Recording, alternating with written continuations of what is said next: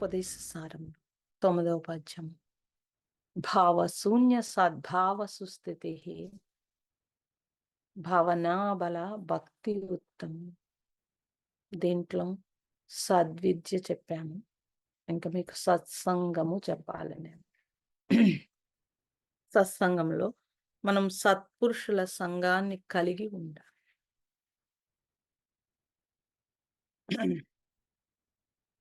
ఇంకేం చేయాలి అంటే సంసారాసక్తి, భోగాసక్తి కలవారి సంఘానికి దూరంగా ఉండాలి. ఎందుకు చేయాలి ఇవన్నీ? మరి సొసైటీలో ఎలా తెలుస్తుంది అనంటే నేను ఒక టెక్నిక్ చెప్తాను మీకు. ఇప్పుడు మీరందరూ కూడా కొంచెం మెడిటేషను, సాధన ఇవన్నీ అని మీరు జర్నీ చేస్తున్నారు. చేస్తున్నప్పుడు మీకు కొంచెం అర్థమవుతుంది.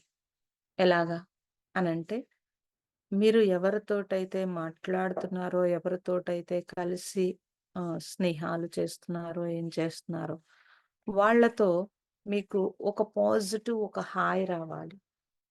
ఎంజాయ్‌మెంట్‌లో హాయ్ కాదు నేను చెప్పేది. ఒక పూర్ణ ప్రేమ భావం రావాలి. అలా ఉన్నప్పుడు స్నేహాలు, అలా ఉన్నప్పుడు బంధుత్వాలు ఉంచుకోవాలి. మిగతావన్నీ మన ఆఫీస్‌లో పనిచేసినా, లేకపోతే మిగతా రిలేషన్స్ లేకపోతే ఏవైనా సరే మనం ఉంటాము. కానీ అంత హార్ట్‌ఫుల్‌గా ఏమి ఉండవు. కలుస్తాము, హాయ్, బాయ్ అంటాము. లేతే ఆ అవసరానికి, ఆ పనికి మాట్లాడతాము. తర్వాత మామూలుగా అయిపోతుంటుంది. రియల్‌గా మనకంటూ కొన్ని స్నేహాలుంటాయి. మనకంటూ కొన్ని ఇదివరకటి నుంచి మెయింటైన్ చేస్తున్నవి కొన్నుంటాయి. అక్కడ వాళ్ళ యొక్క వాయిస్ కానీ, వాళ్ళది కానీ మన బుద్ధిలోకి బలంగా దూరుతుంది. ఇప్పుడు మీరు అమ్మ అని నన్ను రిసీవ్ చేసుకున్నప్పుడు, అమ్మ చెప్పింది మీ మైండ్‌లో ఉంటుంది. సో, మీరు పని చేస్తున్నప్పుడు మీరు సాధన చేయాలనుకుంటున్నారు కాబట్టి అది ఆ కంటిన్యూటీలో మీకేమవుతుంది అనంటే ఆ బ్రెయిన్‌లో ఫీడ్ అవుతుంది. అదే సత్సంగం అంటే. సత్సంగం అంటే ఇద్దరు మనుషులు కలిసి మాట్లాడుకోవడం కాదు. లేకపోతే ఒక బుక్ తీసుకొని మనం చదువుకొని ఎవరి దారిన వాళ్ళు లేసి చక్కగా వెళ్ళిపోవడం కాదు సత్సంగం అంటే. సత్తుతో సంగమం వైపు ప్రయాణము ఎవరు చేయిస్తున్నారో వాళ్ళతో మనకొక కనెక్షన్, ఒక బాండింగ్ ఉంటుంది. ఆ బాండింగ్ పెరగడానికి ఎందుకు పెరగాలండి ఆ బాండింగ్? అంటే ఆ బాండింగ్ ఎప్పుడైతే పెరుగుతూ ఉంటుందో, ఆ పెరుగుతూ ఉంటున్నప్పుడు ఏమవుతుంది అనంటే మనకు తెలియకుండానే మన మైండు అటువైపు జర్నీ చేస్తుంది. అలాగే సేమ్ మన స్నేహాలు, మన రిలేషన్‌లో మనకు బాగా నచ్చిన వాళ్ళతో మనం ఎక్కువ డిస్కస్ చేస్తాం. ఇంట్లోనో, ఒంట్లోనో ఏవో సమస్యలో లేకపోతే మనకి ఒక హాయ్ ఉంటుంది బాండింగ్‌లో. అప్పుడేమవుతుంది అనంటే వాళ్ళు లౌకికులైతే వాళ్ళతో మనం మాట్లాడుతున్నప్పుడు మనం ఒక జర్నీ ఒక వైపుకి చేస్తున్నాము. రెండో వైపు కూడా టర్న్ అవ్వాల్సి ఉంటుంది మైండ్. అలా టర్న్ అయ్యేటప్పుడు ఏమవుతుంది అనంటే కన్‌ఫ్యూజ్ అవుతుంది. ఆ కన్‌ఫ్యూజ్‌లో ఏం చేస్తామనంటే కొన్నాళ్ళిది, కొన్నాళ్ళిది అన్నట్టు ఉంటుంది. సో, ఇప్పుడు అదేమవుతుంది అంటే చాలా కష్టమవుతుంది.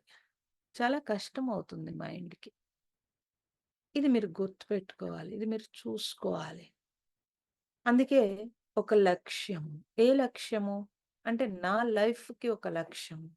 నా లైఫ్‌కి ఆల్రెడీ ఈ లైఫ్‌ని నిలబెట్టుకోవడానికి మనం ఏం చేసాము? చదువో, ఉద్యోగమో, ఇల్లో, పెళ్ళో ఏవో మొత్తం మీద ఒక జర్నీలు చేశాం.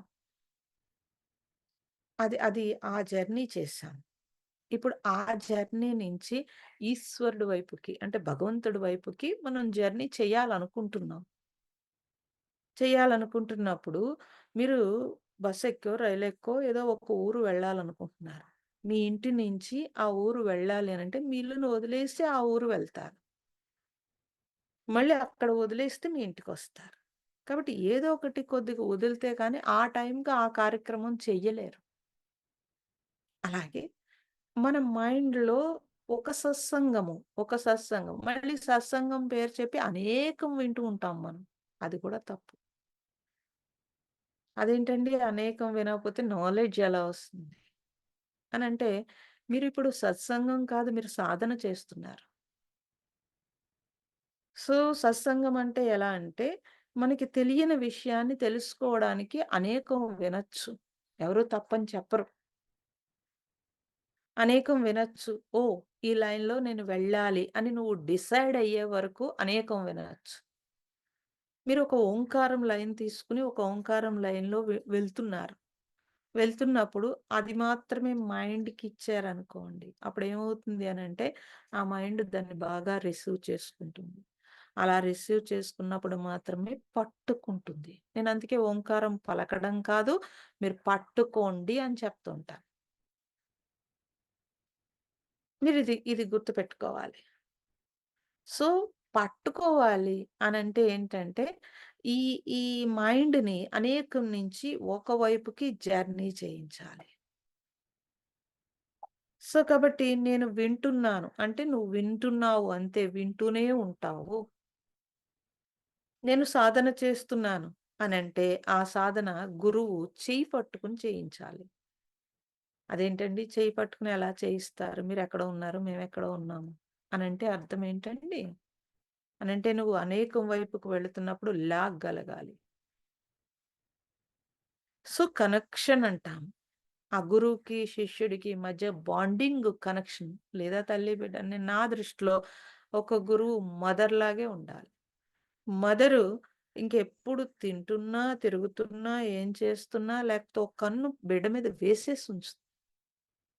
ఎంత దూరానున్నా, ఏం చేసినా ఒకవేళ దూరంగా ఉంటే ఈశ్వరుడికి అప్పచెప్పేసి, ఈశ్వరా బిడ్డ సంగతి చూసుకో అనైనా ఒక దండం పెట్టుకునేటప్పుడు కూడా ఎప్పుడు బిడ్డయే గుర్తుకొస్తుంది.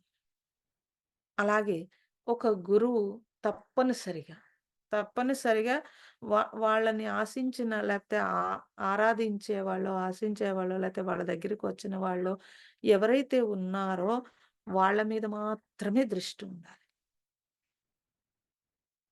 అనేకం మీద దృష్టి ఉండకూడదు. ఒకవేళ ఏదైనా కార్యక్రమం చేసినా వాళ్ళ కోసమే చేయాలి. తాను జీవిస్తున్నా వాళ్ళ కోసమే జీవించాలి. తన దగ్గరున్న మొత్తం శక్తంతా వాళ్ళకే పంచాలి.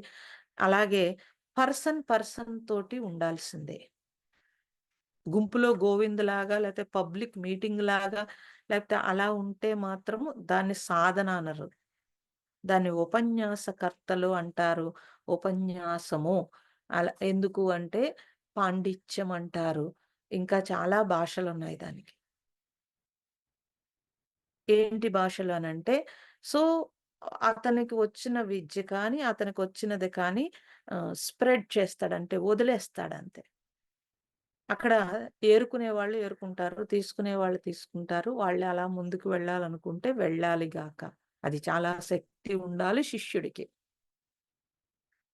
ఉంటే నిజమే. ఇప్పుడు ఒక స్టేజ్ మీదో, లేపోతే ఒక దాని మీదో ఒక ఉపన్యాసం చెప్పారు. లేదంటే ఒక మంత్రం ఇచ్చారు. లేదంటే ఒక యోగం ఇచ్చారు. లేతే ఒక ముద్రలిచ్చారు. లేతే ఏదో చేశారు. చేస్తే దీంట్లో తేడాలున్నాయి. ఏంటి అంటే, ఒక ఉపన్యాసం ఇచ్చినప్పుడు ఆ ఉపన్యాసకర్త నుంచి వచ్చిన వాయిస్‌ని అందరూ పంచుకుంటారు. అలాగే ఒక మంత్రం ఇచ్చారు. మంత్రం ఇస్తే గురువు నడపాల్సిందే. అప్పుడు కొన్ని పర్సన్స్ మాత్రమే వాళ్ళ కెపాసిటీ ప్రకారం నడపగలుగుతారు కానీ, ఇంతమందికి మంత్రాలిస్తే నడపలేరెవరు కూడా. మన ఊహ ప్రకారం మనం జర్నీ చేస్తూ గురువు అని చెప్పడం. కాబట్టి ఇదంతా క్లారిటీ మీకివ్వాలి. ఎందుకనంటే, మీరు ఒక సత్సంగమో, ఒక మంత్రమో, లేకపోతే ఒక యోగమో చేసి వదిలేయట్లేదు. మీ లైఫ్‌ని సాధన వైపుకి జర్నీ చేయిస్తున్నారు. చేయిస్తున్నప్పుడు ఇప్పుడు ఆ గురువుతో పాటుగా లేకపోతే మీరు కూడా కొంత ప్రయత్నం ఏంటి అనంటే, మీ మనస్సుని ఒక వైపుకి జర్నీ చేయించటాన్నే సత్సంగము అంటే సత్తుతో సంగమము. సత్ అంటే ఏంటి అనంటే, ఉన్న ఏ చైతన్యం అయితే ఉందో, ఆ చైతన్యము అంతటిని సత్ అన్నారు. చిత్ అనంటే ఏమిటి అనంటే, మీలో ఉండే అంటే అదే సత్ నుంచి వచ్చిన ఒక అంశ ఏదైతే ఉందో, ఆ అంశ యొక్క శక్తి అదే ఆత్మన్నా, అదే చిత్ అన్నా, ఏమన్నా అది ఈ శరీరాన్ని దాల్చింది కాబట్టి చిత్ అన్నారు. అయితే ఈ 2 ఏకమైతే సత్, చిత్ ఆనంద స్వరూపము అని చెప్పారు. ఆ రెండింటిని ఏకం చెయ్యడానికి సాధన. అయితే సత్ అంటే అది చైతన్యమా, పరమాత్మ ఏమైనా పేర్లు పెట్టుకోవచ్చు కాక. అంటే ఈ ప్రపంచాన్నంతటిని నడిపే ఒకే ఒక దివ్య శక్తి అది సత్. అది ఒక అంశ కింద ఈ శరీరాన్ని దాలిస్తే అది చిత్. అందుకే నాకు దైవం కావాలి, కావాలి అని నేను అక్కడికి చేరుకునే వరకు ఈ జర్నీ జరుగుతూనే ఉంటుంది. కాబట్టి చేరుకోవడం కోసము సాధన. చేరుకోవచ్చు కదండీ! మళ్ళీ ఎందుకనంటే, మరి నువ్వు వచ్చినప్పుడు ఒక శరీరాన్ని దాల్చి నువ్వు ఏదో కార్యానికి ఇక్కడికి వచ్చావు. వస్తే ఇక్కడే ఆగిపోయావు. ఇక్కడే అంటించేసుకున్నావు. మీరు మీ మీ మీ సొంత ఇంటి నుంచి ఏదో ట్రాన్స్‌ఫర్ అయ్యి అద్దింటికి వెళ్లారు అనుకుందాం. లేతే ఎక్కడికో వెళ్లారు. సో, మళ్ళీ మన సొంత ఇంటికొచ్చేస్తే, హమ్మయ్య! మా ఇంటికొచ్చేసాను అని అనిపిస్తుంది. అంటే ఆ లోపల ఆ బాండింగ్ ఒకటుంది. అదే ఉంటుంది. ఇప్పుడు మాతో బాండింగ్ అలవాటైపోతుంది. ఆశ్రమం లేతే నా దగ్గరకో వస్తే ఒక హాయి వాళ్ళకి తెలుస్తుంది. ఎందుకు అనంటే, ఇదే నా సొంతము. నేను సాధన చేస్తున్నాను. ఎప్పటికైనా ఇటే జర్నీ చేయాలి అనే ఒక ఫిక్స్ ఒకటి మైండ్‌కి అయిపోతుంది చాలా మందికి. ఇప్పుడు మరి సాధన దేనికి చేస్తున్నారు? మనశ్శాంతి కోసం చేస్తారు. సత్తుతో సంగమం కోసం ఎవడు సాధన చేయడు. సత్తుతో సంగమము చెయ్యాలి అనంటే 2 వదలాలి. సత్తుతో సంగమం చేయాలంటే, సత్సంగము అనంటే సత్తుతో సంగమం చేయాలంటే 2. ఒకటి సంసార ఆసక్తి, 2 భోగాసక్తి. సంసారం అంటే ఇల్లు, పిల్లలు కాదు ఆలోచనలని చెప్పాను. అనవసరమైనవన్నీ మొయ్యడము ఆసక్తి అంటారు. సో, నాకేం గావాలి అనేది ఏదైతే ఉందో దాన్ని మాత్రమే రిసీవ్ చేసుకోగలగడాన్ని ఆసక్తి అనరు. కాబట్టి సంసారాసక్తి. ఈ సంసారాసక్తి ఇక్కడ వదులుతుందనుకుంటే ఆధ్యాత్మికంలో పట్టుకుంటుంది. అక్కడ గూడా మళ్ళీ అంతే. అక్కడేం జెప్తున్నారు, ఇక్కడేం జెప్తున్నారు, అది గూడా సంసారాసక్తేనండోయ్! ఏదో "అరే నాయన నేర్చుకున్నది ముందు ఆచరించు. నేర్చుకున్న దాన్ని ఆచరించడానికి ముందు స్టాప్ చెయ్యి. ఆచరించినప్పుడు నీకొక ఎక్స్‌పీరియన్స్ ఒస్తుంది. అప్పుడు భగవంతుడు నీకు కావాల్సింది ఆయనే నేర్పుతాడు గాక నువ్వేమి కంగారు పడక్కర్లేదు. నేర్చుకున్న దాన్ని ఆచరించు. ఇది సంసారం. భోగాసక్తి. మనస్సుకు కూడా శరీరం ఒక్కటే కాదండోయ్! మనస్సుకు కూడా భోగం ఉంటుంది. శరీర భోగాల కోసం మనం ఎంత టైమైనా పెట్టేస్తున్నాం. ఏ భోగాన్ని ఎవ్వరు వదలరు. సో, మనస్సుకొక భోగం ఉంటుంది. అది కొంచెం ప్రశాంతత వచ్చేస్తే కంఫర్ట్‌గా కూర్చుంటాం. ఇంకింతకంటే నేను కష్టపడను అని అక్కడ ఫిక్స్ అయిపోతుంది. సో, ఇది మనస్సు యొక్క భోగం. 2 రకాల భోగం ఇక్కడ. శరీరం భోగము, మనస్సు యొక్క భోగము. చాలామంది మేము నేల మీద పడుకుంటామండి. మేము సింపుల్‌గా తినేస్తామండి. ఏది పడితే అది తినేస్తామండి. ఎలా పడితే అలా ఉంటామండి అని చెప్తారు. కానీ మనస్సు భోగం ఎక్కడా వదలరు. నేనిలాగే చేస్తానండి. నేనిలా చేయకపోతే ఉండలేనండి అన్నాడంటే అది మనస్సు భోగం బోలెడు. ఇది నా అలవాటు అన్నాడంటే మనస్సు భోగం. మీరు గమనించండి. ఇది నా అలవాటు అన్న దేన్నైనా సరే నేను వదలగలుగుతానా? ఇంతే. ఇంతే పెట్టుకోవాలి మీరు. ఓకే. అలా అయితే భోగాసక్తి తగ్గుతుంది. ఇప్పుడు ఈ రెండింటిని నేను తగ్గించుకోవడానికి ట్రై చేస్తున్నాను. అప్పుడు అలాంటి వాళ్ళతో స్నేహం చేస్తూ ఉంటే, వాళ్ళ మాటలు, వాళ్ళ జీవితం చూసి నా మనస్సు లాగుతూ ఉంటుంది. లోకంలో అందరూ సంసారాసక్తి, భోగాసక్తితోటే ఉన్నారు. ఇప్పుడు వాళ్ళతో నా స్నేహం. పక్కింటి ఆవిడ బాగా భోగాసక్తి ఉన్నవిడ. ఆవిడతో నీకు స్నేహం ఎందుకమ్మా తల్లి? నువ్వు ఆల్రెడీ సాధన చేస్తున్నావు శుభ్రంగా. సాధకులతో స్నేహం చెయ్యి. అనంటే మళ్ళీ ఇప్పుడు ఒక కల్ట్ తయారైంది. మేమిది, మేమది, మేమిది, మేమిది. మళ్ళీ అక్కడికెళ్తే అక్కడేమో మళ్ళీ మా సంగతి చూడండి, మాది చాలా మంచిది, ఇలా బావుంటుంది, మాకింత ఫ్రీ ఇస్తారు, నాకలా కుదరదండి. నేను చెప్పేది సాధన. నేను చెప్పేది ఉపన్యాసం కాదు. నేను చెప్పేది ఒక నేర్పేది కాదు. లేతే నీ అలవాటుని మార్చేది కాదు. సత్తుతో సంగమం వైపు జర్నీ చేయించాలనంటే ఇన్ని జన్మల నుంచి మోసుకొచ్చిన వాసనని ఇలా తిరగేయాలి నేను. చాలా కష్టం. కాబట్టి భోగాసక్తి కలవారి వెంట మీరు సంఘానికి దూరంగా ఉండాలి. స్పిరిచ్యువల్‌లో కూడా భోగాసక్తి వచ్చేసింది కాబట్టి, ఆ స్పిరిచ్యువల్ కూడా సాధకులైతే కనుక పక్కన పెట్టాల్సి ఉంటుంది. ఇది ఖచ్చితంగా చెప్తాను. అట్టి వారి సంఘం వలన మనకేమవుతుంది అనంటే, తప్పనిసరిగా మనస్సు మనస్సు కలుషితమవుతుంది. కలుషితమవుతుంది. సంఘము చాలా చెడ్డది. మనిషి సంఘజీవి ఉండలేడు అసలు. కాబట్టి అనేకంలో ఉన్న నువ్వు ఏకత్వానికి రావడమే సాధన. ఇది మీరు గుర్తుపెట్టుకోవాలి. మీ ఆలోచనలు అన్నింటి మీద ఇలా ఫోకస్ అయ్యున్నాయి. అందుకే అలాగా గుచ్చుతా ఉంటుంది. మనస్సు గుర్తు చేస్తూ ఉంటుంది. దాన్ని ఒకదాని మీదకి ఫోకస్ చేయించటం నా డ్యూటీ. అది ఏకత్వం వైపు జర్నీ. ఆ జర్నీ వైపు మీరు వెళ్ళాలి అనంటే గట్టిగా పట్టుకోవాలి. సో, ఈ మైండ్‌కి ఒక లైను తప్పించి రెండవ లైన్ ఇవ్వకూడదు అని నా ఎక్స్‌పీరియన్స్ అది. నేనలా కట్ చేసుకుంటూ వచ్చాను. అప్పుడు ఆ వన్‌నెస్, ఆ ఓంకారం తప్పించి రెండవది లేని స్థితికి రాగలిగాం. కాబట్టి మనస్సు చాలా చెడ్డది కాదు. మనస్సు కలుషితము చెయ్యకూడదు. సంఘం చాలా చెడ్డది.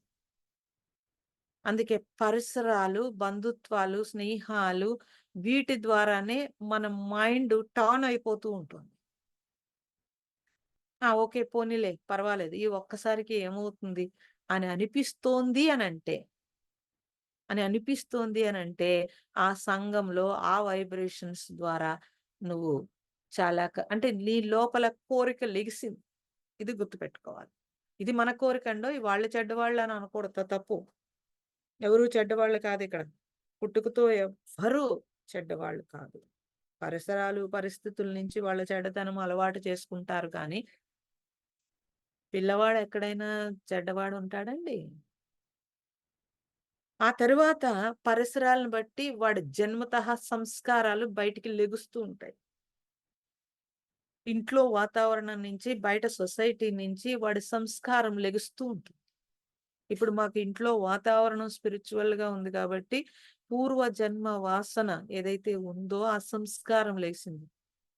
మధ్యలో పరిసరాలు, మధ్యలో స్నేహాలు, స్కూల్సు లేకపోతే ఇవన్నీ చూసి ఒక భోగమో, ఒక ఎంజాయ్‌మెంటో వచ్చేటప్పటికి నాకేంటి డబ్బులున్నాయని ఒక తాపత్రయమో, లేకపోతే ఏవో మన మన బుద్ధిలోకి రకరకాలొచ్చేటప్పటికి, అమ్మో! వీళ్ళు ఇందులో పెట్టేస్తారని భయమేసి మనం ఏదో సోషల్ సర్వీస్ చేసుకోవాలనో ఏదో భావాలతోటి పక్కకొచ్చాం. మళ్ళీ అలాగే రావాల్సొచ్చింది. సో, పూర్వజన్మ వాసన ఏదైతే ఉందో అది తల్లిదండ్రుల దగ్గర అలాంటిది ఉంటే, అలాంటి సంస్కారం కూడా తల్లిదండ్రులకి ఉంటే, అప్పుడు ఇంకొంచెం ఇంక్రీజ్ అవుతుంది. అలాంటి వాతావరణం, పరిసరాలు మనకి తోడైతే అక్కడి నుంచి ఇంకొంచెం ఇంక్రీజ్ అవుతుంది. సత్సంగం ఏం చేస్తుందంటే, మీ జన్మతః మీరెలాగో తడుముకుంటూనే వచ్చారు. వచ్చిందే భగవంతుడి నుంచి అంశమని. మళ్ళీ భగవంతుడి దగ్గరికే వెళ్ళాలి. ఈ జర్నీ ఇంతే. ఇదే లక్ష్యం. అయితే మధ్యలో డ్రామానో ఏదో మీరేమనుకుంటారో ఏం జరిగిందంటే అన్నీ అంటించుకున్నావు. అది వదిలించుకోవడానికి సాధన చేస్తున్నావు. ఎలాగైనా మళ్ళీ నువ్వు అక్కడికి చేరుకునే వరకు నీకు విశ్రాంతి లేదు. 100 జన్మలు ఎత్తుతావు గాక లేకపోతే ఏమైనా చేస్తావు. ఇలాగే కష్టం, నష్టం, సుఖం, దుఃఖం అంటూ దొర్లుతూ ఉంటాం.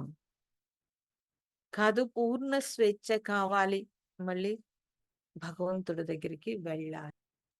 ఇక్కడ అందుకే మీరు సంఘము చాలా చెడ్డదన్నప్పుడు, ప్రసన్నమైన మనస్సే బలమైన మనస్సన్నప్పుడు, ఆ ప్రసన్నతని పోగొట్టుకోకుండా, చెడగొట్టుకోకుండా ఉండడము ఎలాగా? చాలా ఇంపార్టెంట్ పాయింట్‌లండి. మీరు చాలా శ్రద్ధగా పట్టుకోవాలి. నాలో ప్రసన్నత కోసము నేను సాధన చేస్తున్నాను. సో, ఈ జీవుడు పోవడానికి ఉన్న ప్రశాంతత ఏదైతే ఉందో, ఉన్న సత్యం ఏదైతే ఉందో, దాని వైపు జర్నీ కోసం నేను ప్రయత్నం చేస్తున్నాను. చేస్తున్నప్పుడు ఆ ప్రసన్నత చెడగొట్టుకునే స్థితికి మళ్ళీ నేనెందుకెళ్తానండి? ఇక్కడ నిప్పుంది, కాలుతుందని తెలిసాక ఎళ్లి చెయ్యి పెడతానా ఏంటి? పెడితే మూర్ఖత్వం అంటారు. మనం గూడా అంతే. ఇలా అయితే నా ప్రసన్నత పోతుంది, నాకు ప్రశాంతత పోతుంది అన్నప్పుడు మళ్ళీ ఎందుకు దూరతానండి? సో, నిన్ను నువ్వు చూసుకోవడం అంటే ప్రతీదీ నేను అన్న దగ్గర నేనేం చేస్తున్నాను చూసుకోవాలి కానీ ఔటర్ చూడటం తగ్గించేయాలండోయ్! వాడేం జేస్తున్నాడు, వీడేం జేస్తున్నాడు పక్కకి తీసేయాలి. తీసేసి నా సంగతేంటి? ఎవడో అడిగాడు, "అలా అయితే స్వార్థం కాదా అండి?" అని అడిగాడు. అంటే అది స్వార్థం ఏంటి నాయనా? ఎవడిదో లాగేసుకుంటే స్వార్థం.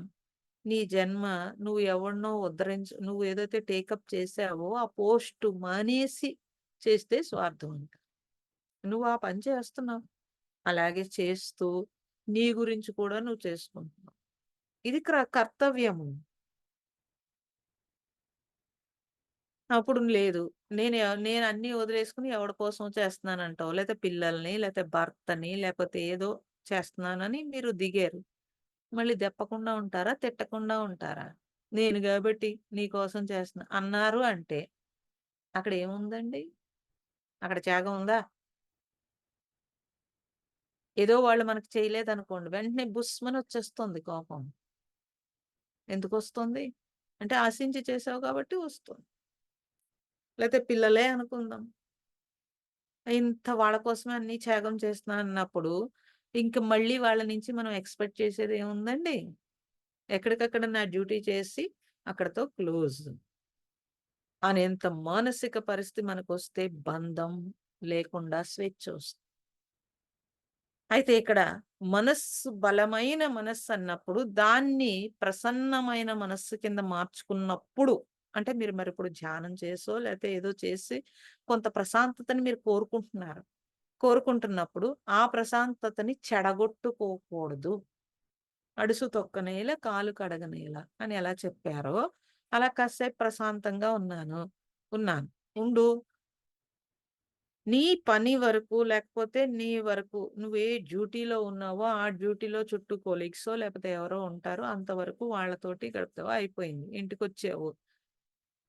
ఇంట్లో ఎవరున్నారో వాళ్ళతోటి ఏం చేయాలో అదంతా అయిపోయింది. నీకంటూ అందుకే ఒక ఏకాంతము కావాలంటున్నాము. ఒక ప్రశాంత టైము. ఇదిగో ఈ టైము నాది. ఈ టైముని ఇంక తాకట్టు పెట్టకూడదండోయ్!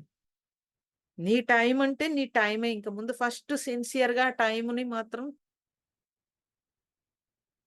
కాబట్టి మనం ఫస్ట్ మన ఇంపార్టెన్స్ అనేది ఒకటి ఇవ్వకపోతే ఎవరికి వాళ్ళే అది జెంటా, లేడీ అని నేను చెప్పట్లేదండి. వాళ్ళు ఇచ్చుకోవాల్సి జెంట్స్ ఇచ్చేసుకుంటారు చాలా వరకు. వాళ్ళకి నచ్చకపోతే బయటికి పోతారు. కాసేపు గడిపేసొస్తారు. రిలాక్స్ అయిపోతూ ఉంటారు. లేడీస్ ఏం చేయలేక కాస్త పని మీద పెట్టుకుంటారు. ఏదో చేస్తారు. కానీ అది సరిపోదు అంటాను నేను. అందుకని ఫస్ట్ మీరు తెలియచేయాల్సిందేంటంటే, నా టైం అనేది ఎవరికీ తెలియచేయక్కర్లేదు. మీకు మీరు తీసుకోవాల్సిందే. సో, కాబట్టి ఏవేవో ఆలోచనలు తేనెటీగల్లా వచ్చేస్తూ ఉంటాయి. అవి మనస్సుకి బలం కాదు. కాబట్టి మనస్సు శుద్ధమైనప్పుడు మనం ఆ మనస్సుని అధిగమించటము చాలా ఈజీ. దాన్నేమంటారంటే అధిగమించి గుణాతీతులము అవ్వగలుగుతాము. ఇంకా మనం గుణం జోలికి రాలేదు. మనస్సు జోల్లోనే ఉన్నామింకా. గుణం జోలికొచ్చినప్పుడు దాన్ని డివైడ్ చేసి చెప్తాను. మనస్సు స్థాయిలో చెప్పాలి.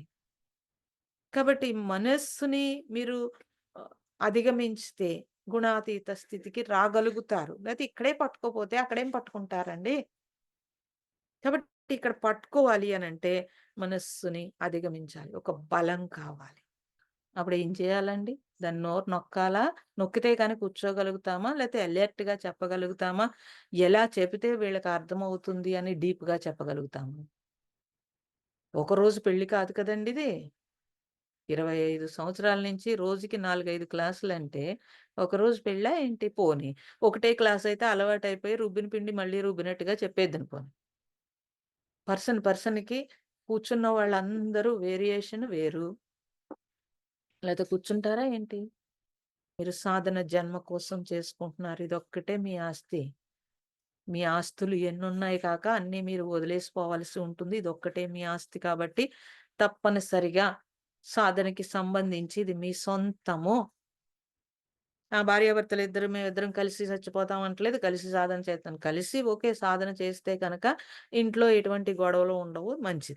ఒకవేళ కలిసి సాధన చేయలేదు. మీరు ప్రిపేర్ చేసుకోవాల్సి ఉంటుంది. ఎలాంటి ప్రిపేర్ చేసుకోవాలి? It's my time. సో, ఎంతవరకు ఇక్కడ వర్క్ జరుగుతోంది. ఓన్లీ సాధనకి వర్క్. ఇంతే చూస్తాం. అలాగే మీ సత్సంగము అంటే సత్తుతో సంగమము. కాబట్టి దాన్ని చెడకుండా ఉండాలంటే వేరే మాటలు 100 పోసుకోకూడదు. కాబట్టి పోసుకోకుండా ఉండాలనంటే పవిత్రమైన స్వరూపము ఉంటుంది. పవిత్రమైన మనస్సు ఉంటే ఆ మనస్సు స్వరూపంలో విలీనమవుతుంది. అలా విలీనమవ్వడమే నీ స్వరూప స్థితిలో నువ్వు నిలిచి ఉండడము. అది మీకు ధ్యానంలో అందుకే ముందు ఎప్పటినుంచో చెప్తా ఉంటాను. స్వరూప స్థితిలో నిలిచి ఉండండి, నిలిచి ఉండండి. మైండ్‌కి ప్రిపేర్ చేస్తాం. నన్నడుగుతూ ఉంటారు. రోజుకు ఒకటే చెప్తారు కదండీ! మార్చి, మార్చి చెప్పొచ్చు కదా! అని చెప్పి. మార్చి, మార్చి చెప్తే వాడికి రికార్డ్ ఎలా అవుతదండి బ్రెయిన్‌లో? సో, ఆ స్వరూప స్థితి అనేదంతా కూడా మీరు మైండ్‌లో స్వరూప స్థితిలో ఉండండి, ఉండండి, ఉండండి అన్నప్పుడు అదేంటో అర్థమైనా, అర్థం అవ్వకపోయినా దానికి మైండ్ ప్రిపేర్ అవుతుంది. ఆ తర్వాత దాని గురించి వివరణ ఇచ్చినప్పుడు ఓహ్! స్వరూప స్థితిలో ఉండాలి అని తెలుస్తుంది. ఓకే. అంతవరకు చెప్దాం మరి. సత్సంగం గురించి ఇంకా డీప్‌గా చెప్పొచ్చు.